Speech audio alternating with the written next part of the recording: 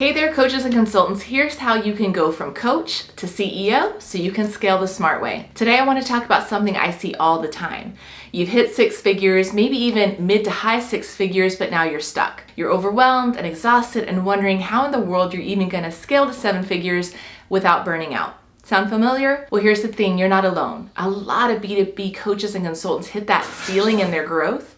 You're doing good work, your clients love you, but you're buried in the day-to-day grind. You may even feel like the business you built for freedom and impact has turned into just another job.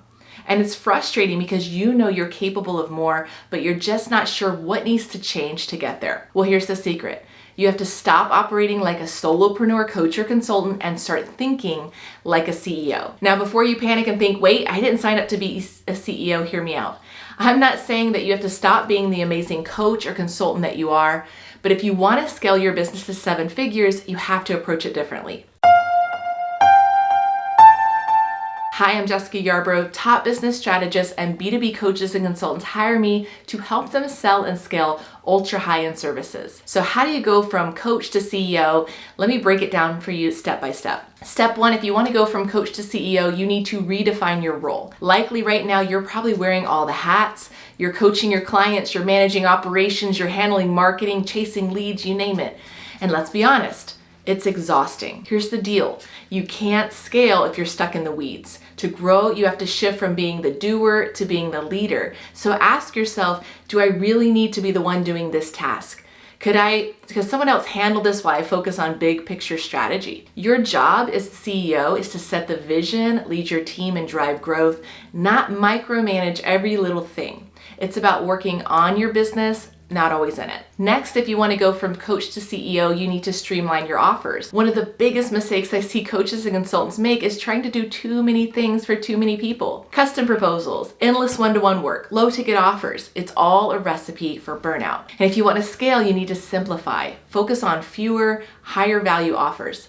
Think about it this way. Would you rather have 20 clients paying you $10,000 each, or 5 clients paying you $100,000 each? When you create ultra high-end offers that solve big problems for your clients, not only can you charge more, but you can also free up your time to deliver massive value. Also, create offers that leverage your time. And these could be large corporate engagements where you literally have a team delivering under you. It could also be a high-end group program where instead of being on a ton of one-to-one calls, you're on a handful of group calls each month. It could also be licensing your materials, your IP to organizations for high-end passive income. Next, if you want to go from coach to CEO, you need to build smart systems. If you don't have solid systems in place, scaling is going to feel impossible.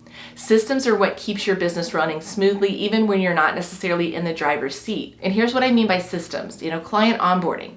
Is it seamless and professional, or are you scrambling every time you sign a new client? Marketing. Are you relying on referrals, or do you have a system to consistently attract high quality leads? What about program delivery? Is every client experience repeatable, or are you reinventing the wheel with every project? These are all things for you to consider, because when you systematize your business, you're going to create efficiency, consistency, and freedom. And trust me, freedom is the goal. Yet another way to go from coach to CEO is to hire the right team, and this is a big one. You cannot and should not do it all alone. If you're trying to, that's likely why you're stuck.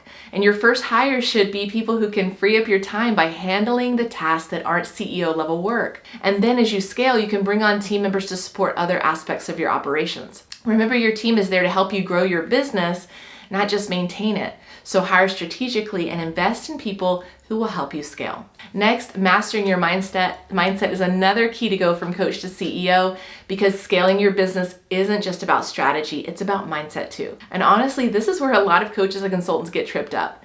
Stepping into the CEO role can feel uncomfortable. It might mean letting go of control, charging higher prices, or investing in things like team members or systems, and all of this can bring up fear. But here's the truth.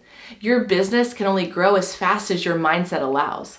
If you're holding on to beliefs like, I have to do it all myself, or clients won't pay me those rates, you're going to stay stuck. Scaling requires you to think bigger, to trust yourself, and also to step fully into owning your worth. Here's the thing.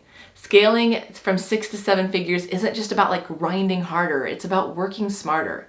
It's about shifting your mindset and building the right systems and teams so you can step into the role of CEO. If you're ready to scale your business the smart way, here's what I want you to do next. Number one, download my free guide to learn how to elevate your authority so you can attract high-end clients. That link is below. And if you're serious about scaling, let's have a conversation. I'd love to show you how we help B2B coaches and consultants just like you go from overwhelmed to high-earning CEOs. Until next time.